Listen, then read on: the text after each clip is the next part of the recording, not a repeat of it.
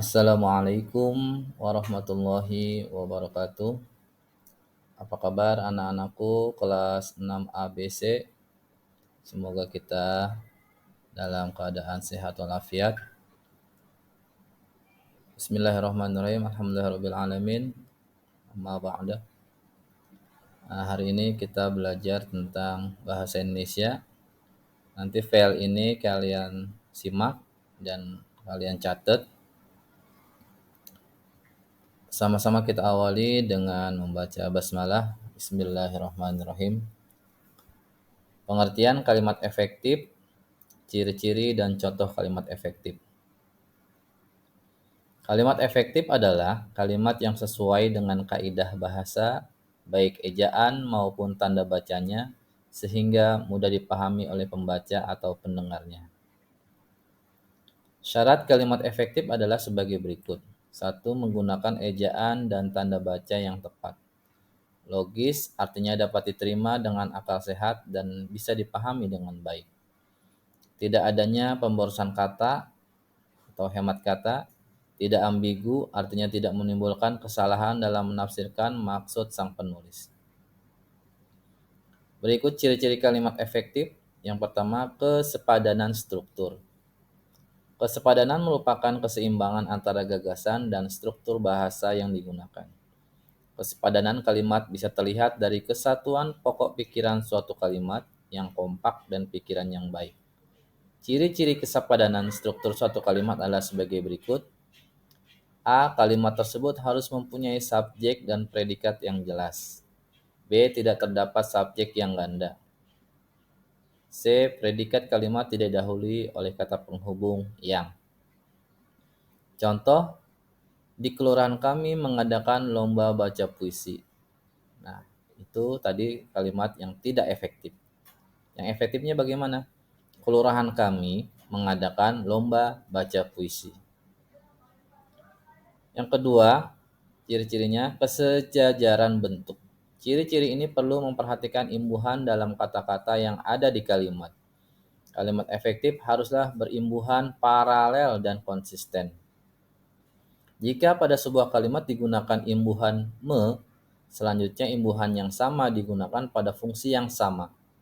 Contoh, ibu segera mengambil dan diminum obat itu. Nah, itu tidak efektif. Nah, yang efektifnya adalah ibu segera mengambil dan meminum obat itu. Ya, jadi ada imbuhan me. Yang ketiga, ketegasan. Ketegasan merupakan suatu perlakuan, penekanan, atau penonjolan terhadap suatu ide pokok dari suatu kalimat.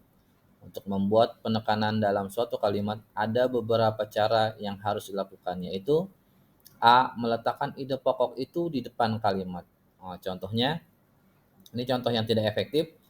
Harapan kami adalah agar permasalahan ini dapat kita bicarakan pada kesempatan lain. Nah, bagaimana yang efektif? Pada kesempatan lain, kami berharap kita tidak dapat membicarakan lagi permasalahan ini. Nah, selanjutnya, membuat rangkaian kata yang bertahap. Contoh, kepala sekolah, para siswa, hingga guru turut berpartisipasi dalam kegiatan bakti sosial. Itu tidak efektif.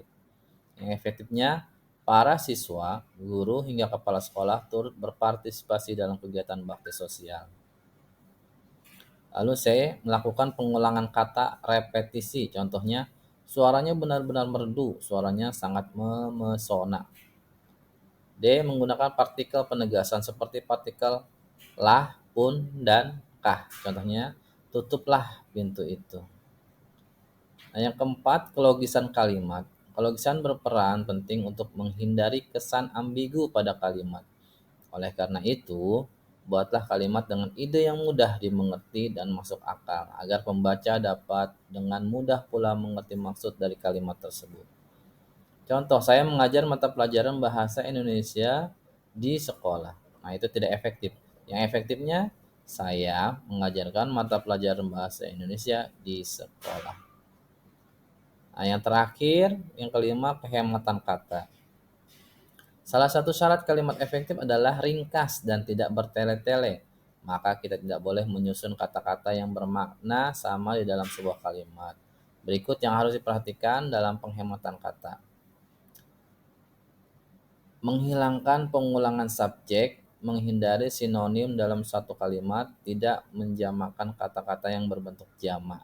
Contohnya, dia memakai topi warna putih. Nah, ini tidak efektif nih. Yang efektif bagaimana? Dia memakai topi putih. Nah, begitu. Baik ya anak-anak, hari ini kamu catat dan kamu simak pembelajaran bahasa Indonesia tentang kalimat efektif dan ciri-cirinya. Demikian kita akhiri sama-sama pelajaran ini dengan baca hamdalah. Alhamdulillahirabbil alamin.